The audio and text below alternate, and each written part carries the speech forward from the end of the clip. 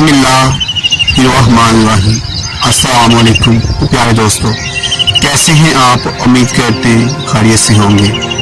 آج کا جو ہمارا موضوع ہے حسد کی آگ کی تپش۔ اکثر دیکھا گیا ہے کہ جب اللہ کسی انسان کو ذہانت، قابلیت، امانت، دیانت، عجز و انکساری اور وفاداری جیسی صفات سے نوازتا ہے تو اس کے ارد گرد کے لوگ اس سے حسد کرنے لگتے ہیں۔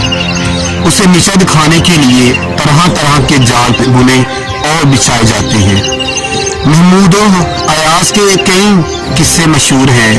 ایاز تھا تو غلام، مگر اللہ نے اسے بے پناہ صلاحیتوں سے نوازا تھا۔ یہی وجہ تھی اس کے کئی دشمن اور حاسد پیدا ہو گئے تھے، مگر سلطان محمود پھر بھی جتنا اعتماد ایاز پر کرتا تھا اتنا کسی اور پر نہیں کرتا تھا۔ ایک روز کسی درباری نے سلطان محمود سے سوال کیا، جناب آپ ایک ادنا سے غلام ایاز کو 30 امیروں کے برابر کیوں سمجھتے ہیں؟ ہم یہ سمجھنے سے قاصر ہیں کہ ایک ایاز میں 30 امیروں کی عقل مندی کیسے آ گئی ہے۔ سلطان محمود خاموش ہو گیا اور وقت کا انتظار کرنے لگا تاکہ اس درباری کے سوال کا جواب دے سکے۔ پھر ایک روز وہ موقع آ ہی گیا تھا۔ سلطان محمود شکار کے ارادے سے 30 امیروں کو ساتھ لے کر جنگل میں نکلے۔ دور ایک قافلہ نظر آیا۔ ایک امیر کو حکم ملا کہ جا کر معلوم کرو کہ یہ قافلہ کہاں سے آیا ہے۔ امیر نے حکم کی تعمیل کی اور واپس آ کر بتایا قافلہ شہر سے آ رہا ہے۔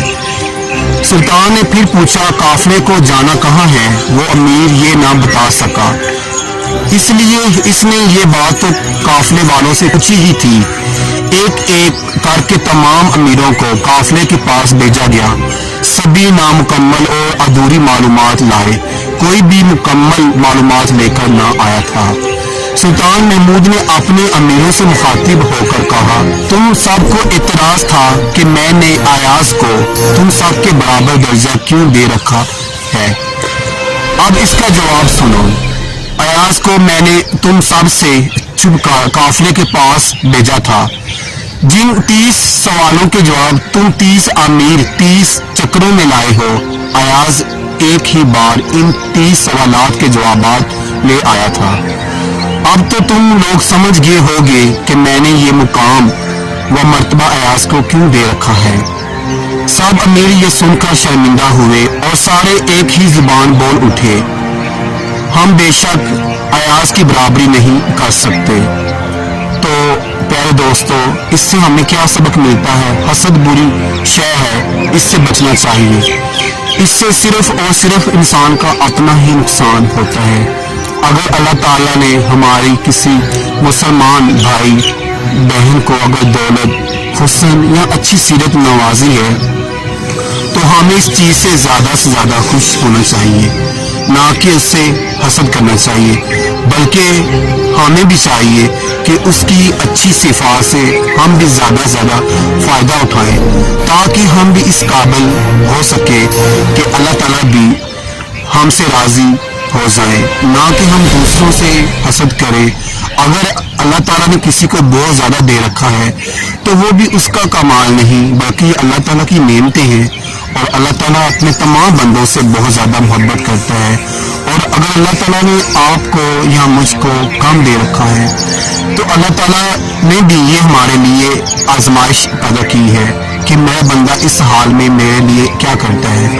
اور ہمیں بھی چاہیے کہ اگر ہم لوگ خدا کے ہاں زیادہ سے زیادہ مرتبہ مقام حاصل کرنا چاہتے ہیں تو صرف ایک ہی چیز ہے کہ ہم دوسروں سے حسد نہ کریں۔ اس چیز سے بھی اللہ تعالیٰ بہت زیادہ راضی ہوتے ہیں کہ میرا بندہ دوسروں کی خوشیوں میں خوش ہوتا ہے۔ زندگی کا سب سے اہم مقصد اپنا ہم یہ ہی بنا لیں کہ ہم نے ہمیشہ دوسروں کی خوشیوں میں خوش ہی ہونا ہے، نہ کہ ہم نے دوسروں کی خوشیوں سے جلنا ہے۔